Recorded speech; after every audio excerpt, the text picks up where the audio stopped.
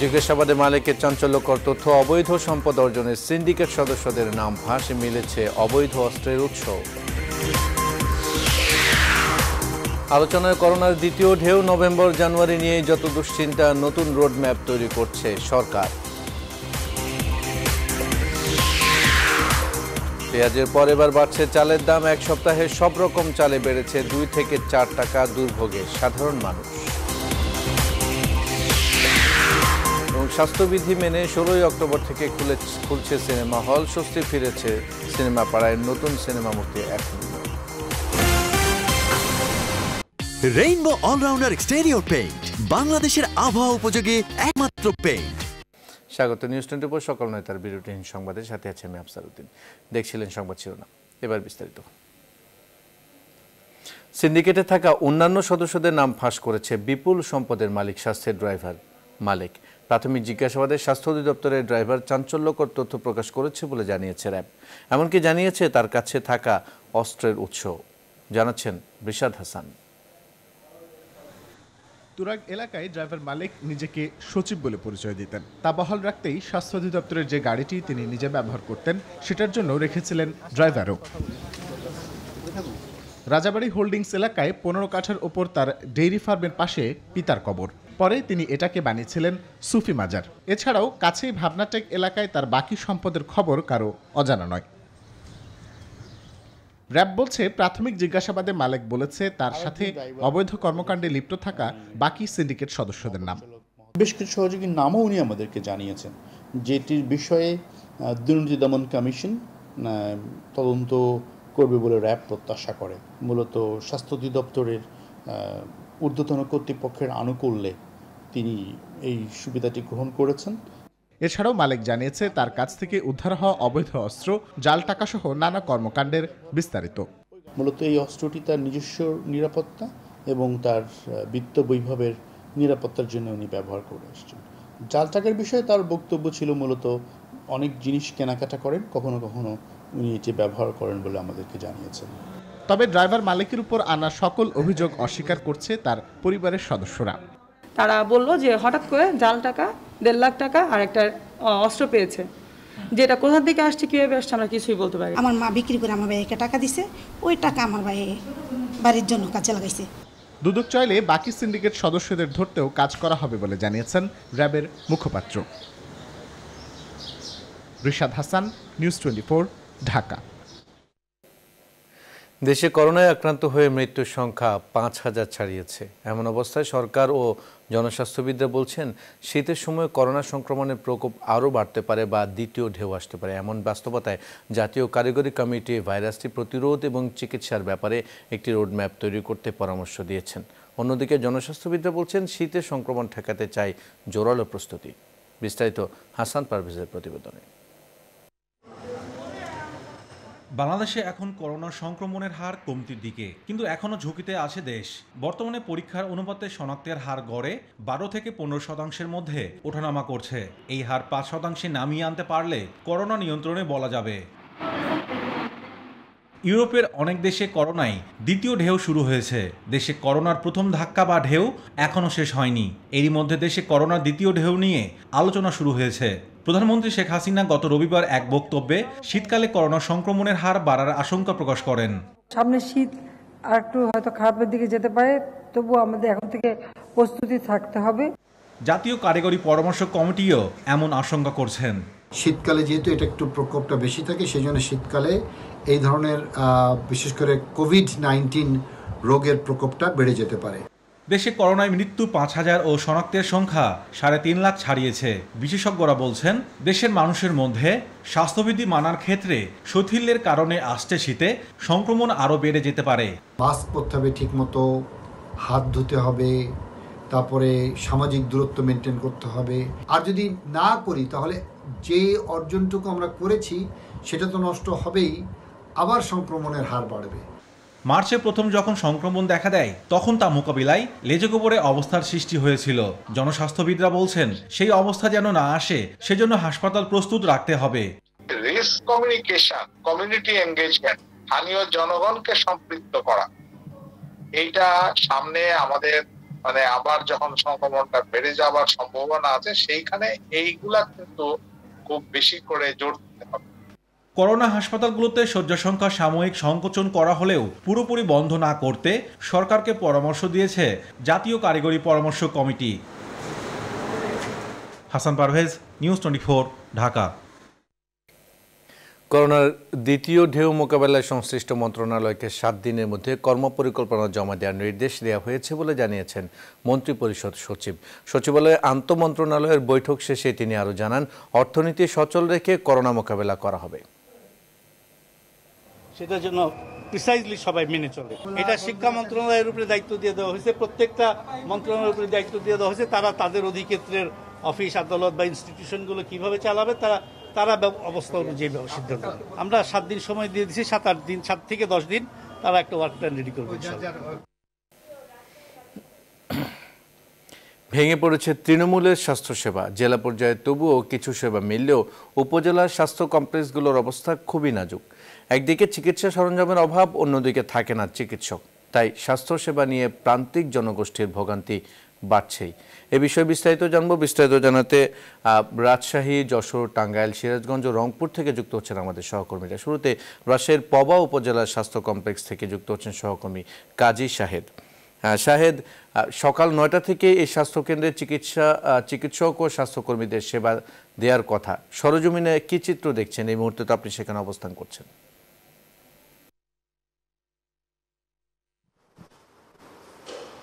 শুভ সকাল আফসার, আমরা আছি রাজশাহীর পবা উপজেলা স্বাস্থ্য কমপ্লেক্সে। আমরা ক্যামেরার চোখ দিয়ে দেখাতে চাই যে কি অবস্থা এখানে। রোগীরা কিন্তু এখানে আছেন, যারা টিকিট নিয়ে যারা চিকিৎসক দেখাবেন, চিকিৎসকরা এখানে রোগীরা ইতিমধ্যে শুরু করেছেন। সকাল 9টা বেজে কিন্তু পার হয়ে গেছে, অর্থাৎ সব চিকিৎসকদের এখানে হাসপাতালে উপস্থিত থাকার কথা। কিন্তু আমরা যদি একটু দেখানোর চেষ্টা করি ক্যামেরার চোখ দিয়ে, যে আপনি যেটি বলছিলেন যে চিকিৎসকরা আসেননি, এবং এই যে কনসালটেন্ট সার্জারি বিভাগ, এখানে একজন চিকিৎসকের বসার কথা, তার দপ্তরটি আমরা যদি একটু দেখানোর চেষ্টা করি, সেখানে কিন্তু পুরো ফাঁকা, তিনি কিন্তু এখানে আসেননি। পাশাপাশি আরও এখানে আরেকজন গাইনি অ্যান্ড অফ আরেকটি যে চেম্বার আছে চিকিৎসকের, সেখানেও কিন্তু কোনো চিকিৎসক নেই। এখানে আমরা যেটুকু তথ্য হাসপাতাল কর্তৃপক্ষের কাছ থেকে, যারা এখানে ওয়ার্ড বয় বা যারা অ্যাটেন্ডেন্টস আছেন তাদের কাছ থেকে যেটুকু তথ্য পেয়েছি, রাজশাহীর পবা উপজেলায় এটি 31 শয্যা বিশিষ্ট একটি হাসপাতাল। এখানে 9 জন চিকিৎসক থাকার কথা, 9 জনের পদই কিন্তু এখানে পূর্ণ আছে। কিন্তু তারা কিন্তু ঠিকমতো এখানে যে অফিস করেন না, বা তারা যে ঠিকমতো চিকিৎসা সেবা দিতে এখানে আসেন না। তার একেবারে ক্যামেরার চোখ দিয়ে আমরা সরাসরি কিন্তু দর্শকদের দেখানোর চেষ্টা করছি যে এখানে যে চেম্বারগুলি আছে সবগুলি কিন্তু ফাঁকা। এখানেও একটি পুষ্টি কর্নার বলা হচ্ছে, এখানেও একজন চিকিৎসক থাকার কথা, সেখানেও নেই। এবং তার পাশের ঠিক আরেকটি কর্নার আছে যেখানে আরেকজন চিকিৎসক বসার কথা, সেই পুরোপুরি ফাঁকা। বলা যায় যে পুরো পবা উপজেলা স্বাস্থ্য কমপ্লেক্স, এটি বলা হয় যে শহরের থেকে প্রায় 25 কিলোমিটার দূরে এই হাসপাতালটি।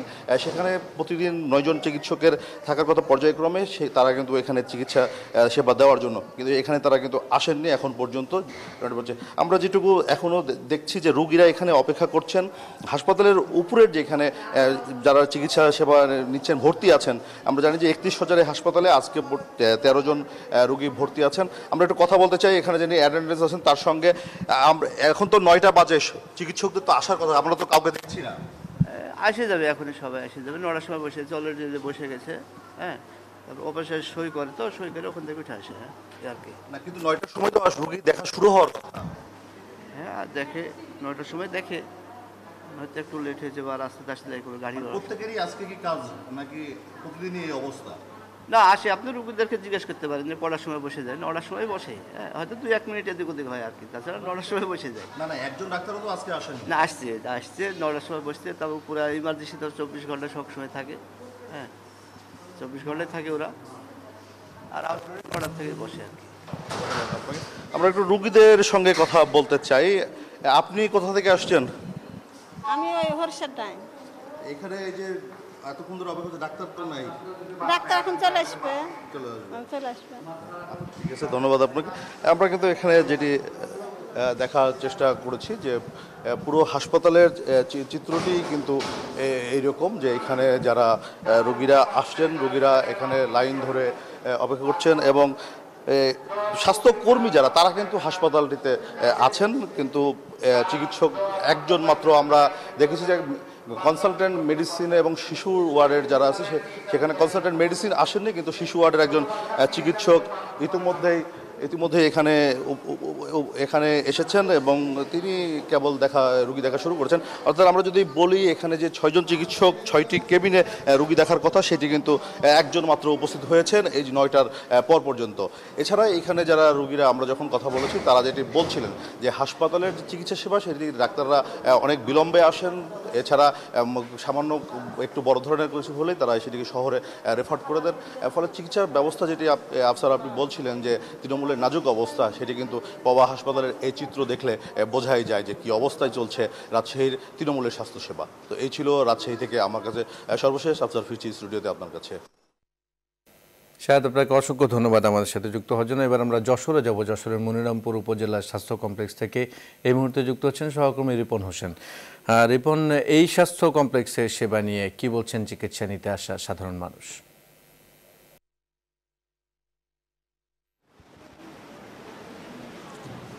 ধন্যবাদ আপনাকে। আসলে প্রিয় সহকর্মী কাজী সাহেব যেমনটি বলছিলেন, তার ব্যতিক্রম কিন্তু যশোরেও নয়। যশোরেও স্বাস্থ্যসেবার বেহাল অবস্থা আমরা দেখেছি এবং এখানে যে চিকিৎসক রয়েছে তারাও কিন্তু সব চিকিৎসক আসেনি এবং যে যারা চিকিৎসা সেবা নিতে আসছেন তাদেরও বিভিন্ন অভিযোগ রয়েছে।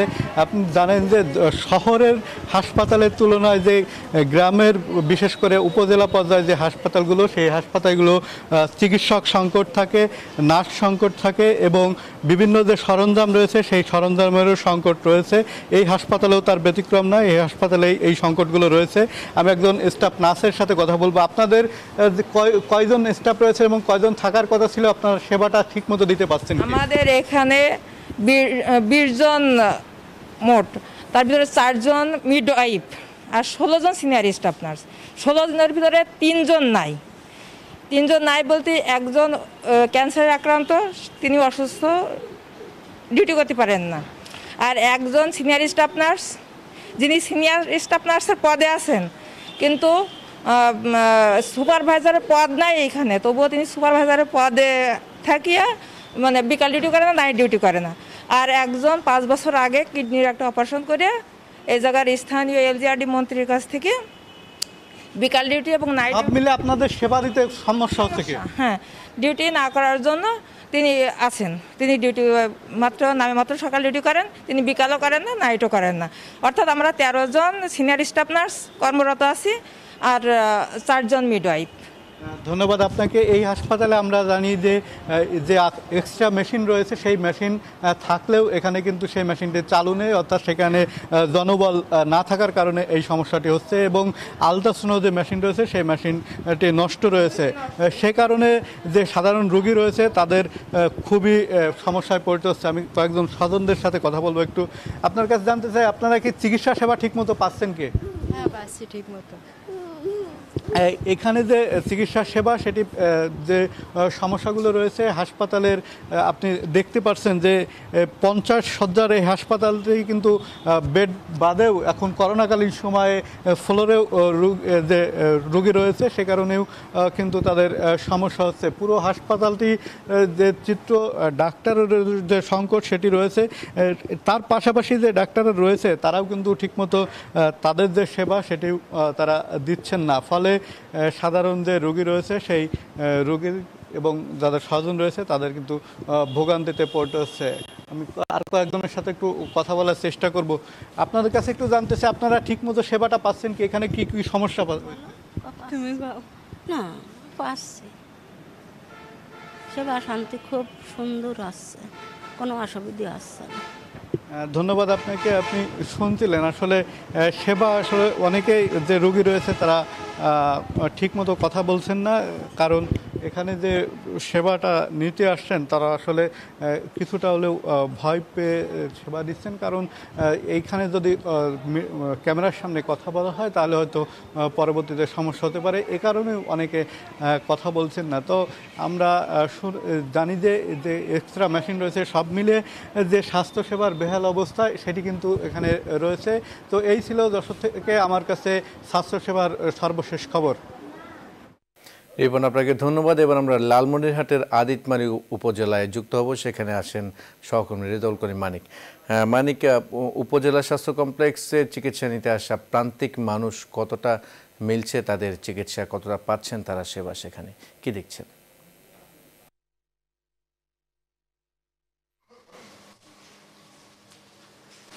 আফসার, আপনাকে ধন্যবাদ। সহকর্মীরা যেটা বলছিলেন যে উপজেলা স্বাস্থ্য কমপ্লেক্সগুলোতে আসলে চিকিৎসা সেবার মান যেটি যে সারা দেশে না, কিন্তু লালমনিরহাট শুধু নয়, রংপুর অঞ্চলের 58টি উপজেলার কিন্তু একই পর্যায়ে, অর্থাৎ স্বাস্থ্যসেবার যে মান যেটি হওয়ার কথা, উপজেলা স্বাস্থ্য কমপ্লেক্সগুলোতে এক্স রে থাকার কথা থাকলেও এই আদিতমারি স্বাস্থ্য কমপ্লেক্সে এক্স রে মেশিন কিন্তু বিকল, এবং ল্যাব অ্যাসিস্ট্যান্টের এখানে রয়েছে কিন্তু ভাড়াটিয়া ল্যাব অ্যাসিস্ট্যান্ট দিয়ে কিন্তু চলছে এখানকার এই মানে ল্যাব ব্যবস্থা। অর্থাৎ চিকিৎসক এখানে থাকার কথা ছিল 11 জন, রয়েছে 8 জন।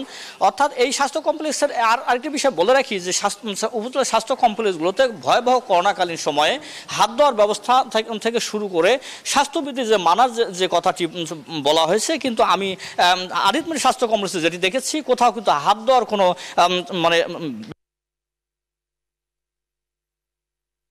কিন্তু এই সকালে ভারী বৃষ্টিপাতের কারণে সকালে কিন্তু আমি আদিতমারি স্বাস্থ্য কমপ্লেক্সে আউটডোরে অবস্থান করছি। এখানে কিন্তু কোনো রোগীর কোনো দেখা মিলছে না। আর এমার্জেন্সিতে কোনো চিকিৎসক রয়েছে কিনা আমরা একটা অ্যাটেন্ডেন্টের সাথে কথা বলতে চাই যে এখানে কোনো চিকিৎসক রয়েছে কিনা, কজন চিকিৎসক আছে বলতে পারবেন কিনা? কজন চিকিৎসক থাকার কথা? এবার মান কি বাড়ছে আগের থেকে? আছে কয়জন? আউটডোরের রোগী আছে, ভর্তি রোগী কম, আর করোনার ওখানে একটাও তো রোগী নেই। করোনা রোগী যারা আছে ঢাকা থাকার কথা আপনি শুনছিলেন একজন কথা, তিনি বলছেন যে সকাল 9টা পার হয়ে গেছে, এখানে থাকার কথা 7 জন হয়েছে 3 জন। অর্থাৎ এই রোগীরা যারা প্রান্ত জনগোষ্ঠীর রোগীরা রয়েছে এখানে সকাল থেকে বের করে আজকে সকাল থেকে লালমনিরহাটে মানিক, আপনাকে ধন্যবাদ। এবার আমরা টাঙ্গাইলে যাব। টাঙ্গাইলের ভুয়াপুর উপজেলা থেকে যুক্ত হচ্ছেন সহকর্মী আতিক রহমান। আতিক, এই উপজেলা স্বাস্থ্য কমপ্লেক্স নিয়ে কি বলছেন সাধারণ মানুষ, কতটা সেবা মিলছে এখানে?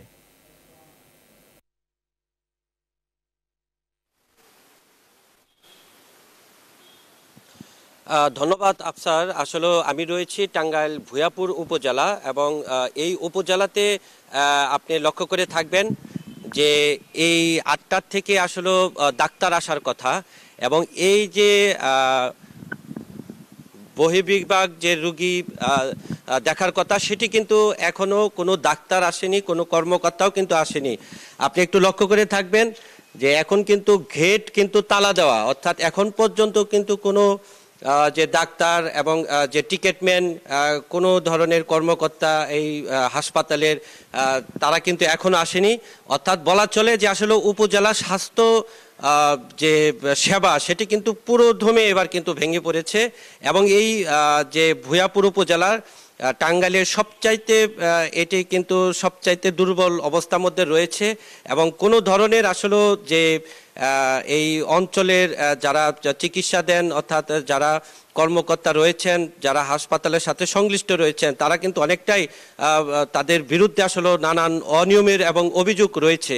এটি হচ্ছে 50 বিশিষ্ট একটি হসপিটাল, এবং এই হাসপাতালে মূলত তারা বলছেন যে 18 জন ডাক্তার থাকার কথা, সেখানে মাত্র 2 জন দিয়ে আসলে চালাচ্ছেন, এবং বিভিন্ন সময় যে নার্স এবং যে ডাক্তার তারা কিন্তু রোগীদের সাথে অনেকটাই খারাপ ব্যবহারের অভিযোগ রয়েছে। আমরা একটু কথা বলবো এখানকার একজন চিকিৎসা নিতে আসা। এই যে কি অবস্থা, আপনারা তো অনেকক্ষণ ধরে দাঁড়িয়ে আছেন, তো তারা সেবা কেমন দেয়? তারা গরিব মানুষের সেবা দেয় না, আইলি খেলে অট্রাই কথা কইয়া ফালাই দেয়। একটা টিকিট দেয়, টাকা নেয় আগে, তারপরে টিকিট দেয় দেল দিয়া।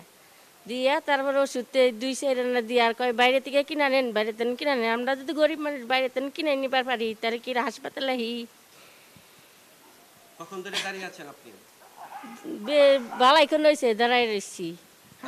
শুনছিলেন যে আফসার আসলে তারা কিন্তু অনেকক্ষণ ধরে দাঁড়িয়ে রয়েছে এবং এই মুহূর্তে কিন্তু আসলে গেট তারা খুলছেন এবং তারা কিন্তু এবং এই হাসপাতালের অর্থাৎ 8টা থেকে রুগী দেখার কথা, এখন প্রায় 9:30টার উপরে আসলে টাইম হয়েছে, তারপরেও কিন্তু আসলে রুগী এবং ডাক্তার আসেনি।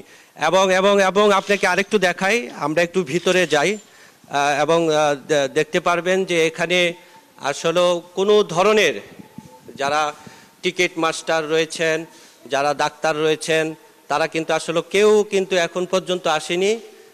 এটি হচ্ছে বহির্বিভাগ এবং এই টিকিট কেটে যারা জনসাধারণ রোগী রয়েছেন তারা কিন্তু আসলে এখানে আসেন এবং এই যে যারা ডাক্তাররা বসেন অর্থাৎ বিশেষজ্ঞ যে ডাক্তাররা বসেন সেটি কিন্তু একদম দেখতেই পাচ্ছেন সেই রুম কিন্তু তালা দেওয়া এবং এটি কিন্তু এখনও তারা আসেনি। দেখতেই পাচ্ছেন যে আসলে উপজেলা স্বাস্থ্যগুলোতে যেগুলো হাসপাতাল রয়েছে এটি কিন্তু প্রত্যেকটি উপজেলা হাসপাতালে কিন্তু চিত্র আমরা খোঁজ নিয়ে জেনেছি সব একই অবস্থার মধ্যে কিন্তু রয়েছে এবং যে খাবারের মান সেটি কিন্তু অনেকটাই নিম্নমানের। তারা কিন্তু খাবার যেটি দেওয়া হয় সেটি কিন্তু যেভাবে লিস্ট অর্থাৎ তালিকা যেভাবে থাকার কথা সেটিও কিন্তু আসলে সেই তালিকা অনুযায়ী খাবার কিন্তু দেওয়া হয় না। আসলে সব কিছু মিলিয়েই বলা চলে যে স্বাস্থ্যসেবা উপজেলাগুলোতে একদম ভেঙে পড়েছে এবং তারা কিন্তু যে স্বাভাবিক যে চিকিৎসা পাওয়ার কথা সেটি কিন্তু একদমই নেই এবং বিশেষ করে যারা এই ওষুধ যেটি মানে সরকারিভাবে দেওয়া হয় সেটিও কিন্তু আসলে সঠিকভাবে তারা পাননি, এরকম কিন্তু আমরা অভিযোগ পেয়েছি এবং ওষুধ বেশিরভাগই কিন্তু ওষুধ বিভিন্ন ফার্মেসিতে বিক্রি করা হয়। শুধু তাই নয়, এই যারা উপজেলার যারা ডাক্তার রয়েছে তারা কিন্তু বিভিন্ন ক্লিনিকে বসেন এবং ক্লিনিকে বসে তারা কিন্তু তারা সেখানে রুগী দেখেন। আসলে এই যে অবস্থা, যারা সাধারণ রুগী রয়েছেন তারা কিন্তু অনেকটাই বলা চলে যে ভোগান্তির কোনো শেষ নেই এবং আপনি লক্ষ্য করে থাকবেন যে আসলে যে এক্স-রে মেশিন রয়েছে এবং যে সেই এক্স-রে মেশিনগুলো আসলে অকেজো অবস্থায় পড়ে রয়েছে, সেখানেও কিন্তু তারা চিকিৎসা পাচ্ছেন না এবং যে সমস্ত রুগী যারা আসেন স্বাভাবিকভাবে সেটি কিন্তু আসলে কোনো ধরনের তারা সেবার যে যেটি ব্যবহার আচরণ সেটি কিন্তু আসলে খুব একটি হয়নি এবং দেখতেই পাচ্ছেন যে একজন ডাক্তার আসলে তিনি এসেছেন। আমরা একটু কথা বলবো এখানকার একজনের সাথে। এই যে আপনি মানে এখন আসলেন কেন? 9টার সময় তো আপনার 8টা থেকে তো আপনাদের 8টা থেকে না, আমাদের 8:30 থেকে 8:30 থেকে আমাদের অফিস টাইম আউটডোর। 8:30 থেকে যদি আউটডোর হয় তাহলে তো এখন প্রায় 10টা বেজে গেছে। তো এই যে সাধারণ রোগীরা তো 9:23 বাজে। না 9:23 বাজে ঠিক আছে, তারপর এই এখন কেন মানে প্রতিদিন তো একই অবস্থা? প্রতিদিন আর কি অবস্থা হয় না। তো আজকে দেরি হলো কেন? অফিস এখন হচ্ছে শুনেন বাস আসতে হতো, যার কারণে গাড়িতে একটু জ্যাম ছিল আর সিএনজি 5 জন না হলে ছাড়ে না, এই কারণে একটু লেট হয়েছে। তারপর আমি তো 9টার দিকে আসছি, আমি অফিস রুমে ছিলাম, আমি 9টার আগে আসছি। এ পাশে আসি না, আমি অফিস রুমে বসেছিলাম। এ পাশে তো আমাদের 9:30-টার আগে টিকিট চালু হয় না, আর আমাদের এখানে তো সিস্টেম হচ্ছে 9:30টার দিকে সবাই এখানে এসে উপস্থিত হয়। আপনি কি হিসাবে আছেন? আমি এরপর সহকারী কমিউনিটি মেডিকেল অফিসার হিসেবে আসছি। আসলে ভাই এটা তো ঠিক না, আমাদের স্যার পারমিশন ছাড়া তো কথা বলা ঠিক না। এখানে তো ভুল করলেন আপনারা। মানে আপনাদের সাথে কথা বলতে কি মানে পারমিশন লাগবে? স্যারের পারমিশন লাগবে। কার পারমিশন লাগবে? স্যারের, আমাদের টিসি স্যারের। কার পারমিশন লাগবে? ভাই আমি এখন কথা বলতে পারবো না, আমাদের স্যার আছে, ঊর্ধ্বতন কর্তৃপক্ষ আছে, তাদের সাথে কথা বলেন। ওকে, থ্যাংক ইউ।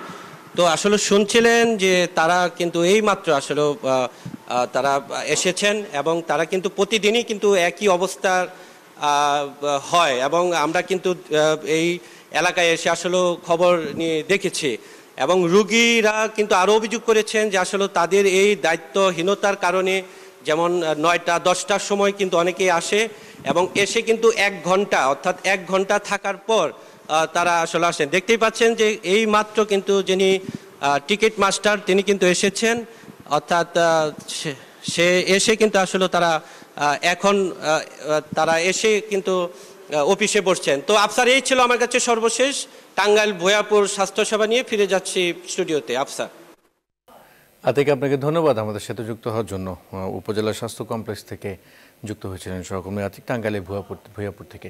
এবার আমরা সাভারে যাব একটু। সাভারে আমাদের সহকর্মী নাজমুল আছেন। নাজমুল, সাভার উপজেলা স্বাস্থ্য কমপ্লেক্সে চিকিৎসা সেবা নিতে আসা সাধারণ মানুষ কি বলছেন, চিকিৎসা সেবা কেমন পাচ্ছেন তারা?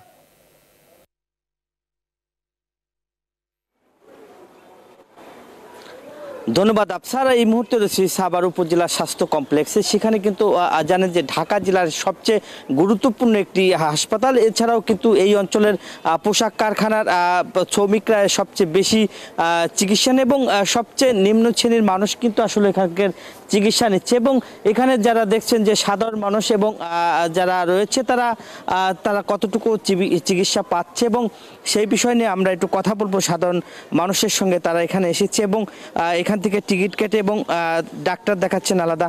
আপনি কি সমস্যা নিয়ে এখানে এসেছেন? করোনা রিপোর্টের জন্য আসছে। ধন্যবাদ আপনাকে। যেমনটা আসলে বলছিলেন এখানকার লোকজন তারা আসে, আমরা একটু দেখাতে চাই ক্যামেরার মাধ্যমে। এখানে অনেকেই টিকিট কেটে অপেক্ষা করছেন। আপনার কি সমস্যা, ডাক্তার দেখাইছেন? হ্যাঁ দেখাইছি, কিন্তু করোনা টেস্ট করার জন্য ডাক্তার এখন আসে নাই। করোনা টেস্টের জন্য আসছেন? ধন্যবাদ আপনাকে।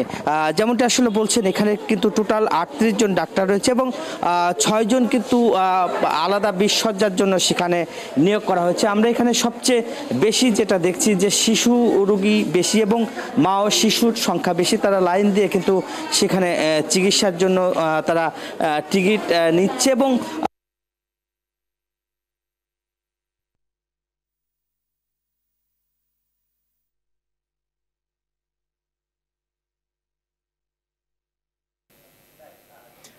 নাজমুল, আপনাকে ধন্যবাদ। আমাদের সহকর্মীরা দেশের বিভিন্ন প্রান্ত থেকে উপজেলা স্বাস্থ্য কমপ্লেক্সের চিকিৎসা সেবা নিয়ে জানাচ্ছিলেন বিস্তারিত।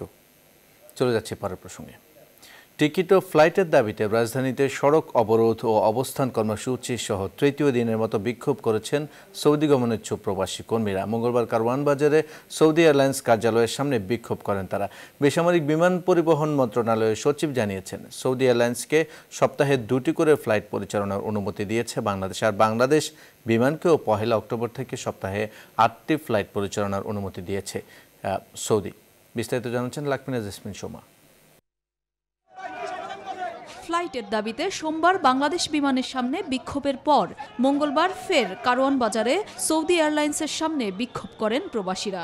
এ সময় বিক্ষুব্ধরা সড়ক অবরোধ করলে এলাকা জুড়ে অচল অবস্থার সৃষ্টি হয়। অবশ্য পরে পুলিশ এসে পরিস্থিতি স্বাভাবিক করে। টিকিট কেটেও জরুরি প্রয়োজনে সময় মতো সৌদি ফিরতে না পারায় ক্ষোভ প্রকাশ করেন গমনিচ্ছুরা। আমরা আপ ডাউন টিকিট নিয়ে আসছি, কিন্তু আমগো টিকিট দিচ্ছে না। যতক্ষণ পর্যন্ত আমাদের এটা সমস্যার সমাধান না হয় ততক্ষণ পর্যন্ত আমরা রাস্তায় আছি। নির্দিষ্ট সময়ে ফিরতে না পারলে চাকরি হারানো, ভিসা ও আকামার মেয়াদ শেষ হওয়া সহ নানা রকম শঙ্কায় রয়েছেন ছুটিতে এসে আটকে পড়া প্রবাসীরা। আমরা আজ 7-8 মাস বাংলাদেশে আছি, আমরা কিন্তু খুব অসহায়, আমাদের ছেলে মেয়ে নিয়ে আমরা খুব অসুবিধায় আছি। কর্মস্থলে পাঠানোর জন্য আমি জননেত্রী শেখ হাসিনার কাছে আবেদন করছি। আন্দোলনের মুখে সৌদি এয়ারলাইন্স কর্তৃপক্ষ জানায় চলতি মাসেই 4টি ফ্লাইট পরিচালনার অনুমতি পেয়েছে তারা। বেশ কিছু ফ্লাইটের জন্য আমরা অ্যাপ্রুভাল করেছি, টাইম টু টাইম এগুলো অ্যাপ্রুভাল হলে আমরা এটা রিলিজ করতে শুরু করব। এখন আমাদের 4টা ফ্লাইট যাচ্ছে। 4টা? জি জি।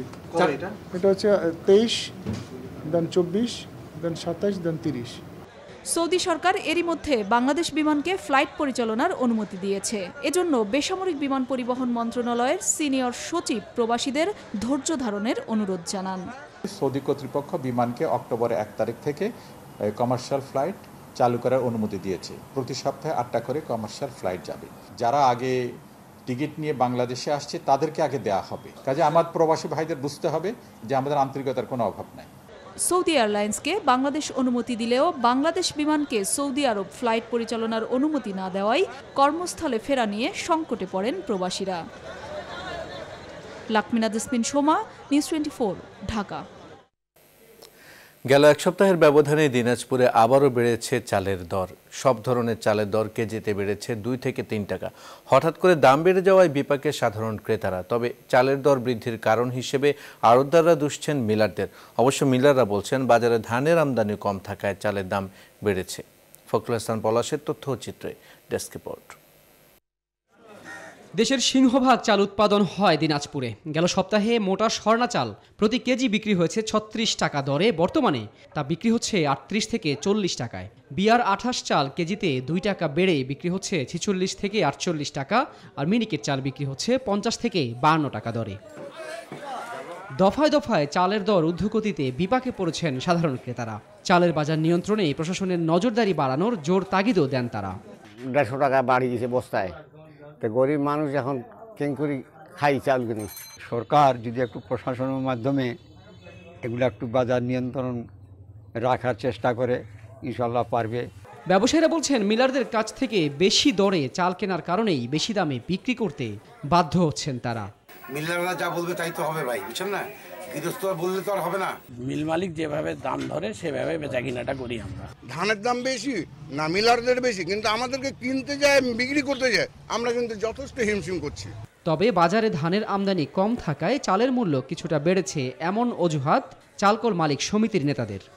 সরকারের যে মার্কেট অপারেশনের যে সেফটি নেট প্ল্যান, সেগুলো একটু অবিলম্বে চালু করা উচিত। বাজারে গেলে বোঝা যায় ধানের আমদানি যেটা থাকার কথা সেটা নাই, কেন নাই, বাজারে ধানটা কোথায় গেল এটা একটু দেখা উচিত। দিনাজপুরে প্রতি বছর 14 লাখ মেট্রিক টন চাল উৎপাদিত হয়। এখানকার চাহিদা মিটিয়ে প্রায় 9 লাখ মেট্রিক টন চাল রাজধানী সহ বিভিন্ন জেলায় সরবরাহ করা হয়। Desk report, news 24। দীর্ঘ 6 মাস বন্ধ থাকার পর দর্শনার্থীদের জন্য উন্মুক্ত করে দেওয়া হয়েছে কুষ্টিয়ার শিলাইদহের কুঠিবাড়ি। তাই তো দর্শনার্থী ও কবি ভক্তদের বিচরণে আবারও প্রাণ ফিরেছে কবিগুরু রবীন্দ্রনাথ ঠাকুরের স্মৃতি বিজড়িত বাড়ির আঙিনায়। তবে করোনা সতর্কতায় স্বাস্থ্যবিধি মেনে দর্শনার্থীদের প্রবেশ করতে হচ্ছে কুঠিবাড়িতে। জামিল হাসান খান খোকনের তথ্য ছবিতে ডেস্ক রিপোর্ট। কুষ্টিয়ার কুমারখালী উপজেলার শিলাইদহ গ্রামে কলকাতার ঐতিহাসিক জোড়াসাঁকোর ঠাকুর পরিবারের কুঠিবাড়ি। বাংলাদেশের জমিদারি দেখভালের দায়িত্ব নিয়ে 18 শতকের শেষের দিকে রবীন্দ্রনাথ সর্বপ্রথম শিলাইদহে আসেন। 1958 সালে কুঠিবাড়িটি প্রত্নতত্ত্ব অধিদপ্তর সংরক্ষণ করে। পরে স্বাধীনতার পর কুঠিবাড়িকে রবীন্দ্র স্মৃতি জাদুঘর হিসেবে গড়ে তোলে সরকার। কবির জন্ম ও মৃত্যুবার্ষিকীকে ঘিরে নানা আয়োজন করা হয় কুঠিবাড়িতে। এছাড়া অন্যান্য সময়েও দেশ বিদেশের ভক্ত অনুরাগীদের পদচারণায় মুখরিত থাকে কুঠিবাড়ির আঙ্গিনা। করোনার প্রভাবে দীর্ঘ 6 মাসের নীরবতা ভেঙে আবারও সরব হচ্ছে কুঠিবাড়ি। গেল বুধবার থেকে খুলেছে কুঠিবাড়ির প্রবেশদ্বার। ঘরবন্দির সময়কে বিদায় জানিয়ে ধীরে ধীরে আসতে শুরু করেছেন দর্শনার্থীরাও। করোনা ভাইরাসের কারণে কুঠির বাড়ি বন্ধ ছিল, এখন খুলে দেওয়া হয়েছে বলে আমরা ঘুরতে আসছি। আন্টির সঙ্গে কুঠি বাড়ি ঘুরতে আসছি এবং দেখতে আসছি। দর্শনার্থীদের ভিড় একটু কম, আর এর মধ্যে আমরা এসে খুব স্বস্তি বোধ করছি। পুরাতন ঐতিহ্য আছে আমাদের, শিক্ষাগুরু, আমরা তার স্মৃতিচারণ থেকে অনেক কিছু শিখবো এবং প্র্যাকটিক্যালি দেখতে পারবো। তবে করোনা সংক্রমণ রোধে প্রবেশ মুখে নিশ্চিত করা হচ্ছে প্রয়োজনীয় স্বাস্থ্যবিধি।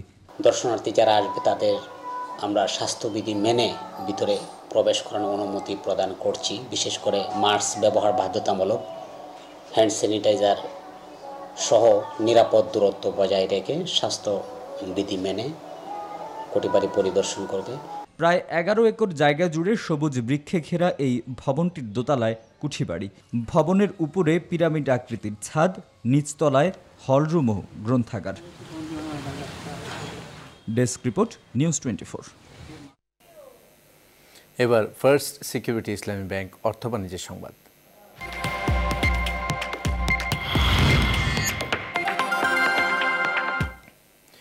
পাইকারি কিংবা খুচরা দেশের বাজারে পেঁয়াজের দাম সহসাই কমার লক্ষণ নেই। 14 সেপ্টেম্বর পর্যন্ত এলসি করা ভারতের পেঁয়াজ রপ্তানির সিদ্ধান্ত থাকলেও সীমান্তের ওপারেই আটকে আছে চালান। পেঁয়াজ ভর্তি ট্রাক ঠিক কবে ভারতীয় কাস্টমসের ছাড়পত্র পাবে তা নিয়ে কোনো নিশ্চয়তা নেই। এমন বাস্তবতায় ভবিষ্যতে দেশি পেঁয়াজের উপরই পূর্ণ নির্ভরশীলতার পরিকল্পনা নিয়েছে সরকার। এদিকে শুল্ক ছাড়াই পেঁয়াজ আমদানির সিদ্ধান্তের পরিপত্রও জারি করা হয়েছে। প্রতিনিধি ও ব্যুরো প্রতিবেদকদের তথ্যচিত্রে হাসান কামরুলের রিপোর্ট। দিনাজপুরের হিলি, চাঁপাইনবাবগঞ্জের সোনা মসজিদ কিংবা সাতক্ষীরার ভোমরা স্থলবন্দর কোনো দিক দিয়েই পেঁয়াজের ট্রাক ঢোকেনি আজও। গেল রোববার থেকে সীমান্তের ওপারে 2 শতাধিক ট্রাক আটকে আছে পেঁয়াজ নিয়ে। রোববার যেসব পেঁয়াজের চালান বাংলাদেশে ঢোকে তার বেশিরভাগই পৌঁছে গেছে বলে জানিয়েছেন আমদানিকারকরা। তাই ভারতে আটকে থাকা পেঁয়াজ ভালো থাকার সম্ভাবনা নেই বললেই চলে। ভারতের রপ্তানি বন্ধের ঘটনায় দেশের বাজারে 15 সেপ্টেম্বর থেকে দ্বিগুণ হয় পেঁয়াজের দাম। চলতি সপ্তাহের শুরুতে কেজিতে 10 টাকা কমলেও একদিনের ব্যবধানে তা আবারও বেড়ে যায়। দেশি পেঁয়াজের পাইকারি দর এখন 70 থেকে 75 টাকা, ভারতীয় পেঁয়াজের দাম 50 থেকে 55 টাকা। ভারতীয় পেঁয়াজের উপর নির্ভরতা কমাতে দেশি পেঁয়াজই একমাত্র সমাধান বলে মন্তব্য বাণিজ্য সচিব মোহাম্মদ জাফর উদ্দিনের। মঙ্গলবার ফরিদপুরের স্থানীয় প্রশাসন, আইন শৃঙ্খলা বাহিনী, রাজনীতিক, ব্যবসায়ী ও কৃষকদের সঙ্গে মতবিনিময় সভায় একথা বলেন তিনি। পেঁয়াজের কাছে হার মানব না এবং এই যাত্রাটা আমরা শুরু করব ফরিদপুর থেকে। এই উন্নয়ন যাত্রাটা যেটা আমাদের ডিসি মহোদয় বলেছেন, আমি এই সরেজমিনে দেখব, একটু দেখার প্ল্যান আছে কিভাবে এই উৎপাদনটা হচ্ছে, সংরক্ষণ কিভাবে হচ্ছে। এদিকে চট্টগ্রামের আমদানিকারকরা এরই মধ্যে সমুদ্রপথে বিভিন্ন দেশ থেকে পেঁয়াজ আমদানির উদ্যোগ নিয়েছেন। ইন্ডিয়া যদি পেঁয়াজ না দাও অসুবিধা না, বাজারে অনেক গ্রুপে বড় বড় গ্রুপে পেঁয়াজ করছে, এরা পেঁয়াজ আসবে, তখন বাজার স্থিতিশীল হবে। এর আগে গেল বছরের সেপ্টেম্বরে ভারতের পেঁয়াজ রপ্তানি বন্ধের সিদ্ধান্তে দেশের বাজারে সর্বোচ্চ 300 টাকায় ওঠে এই নিত্যপণ্যের দাম। হাসান কামরুল, নিউজ 24, ঢাকা। এই ছিল বিরতিহীন সংবাদে আয়োজন। সাথে থাকায় ধন্যবাদ সবাইকে।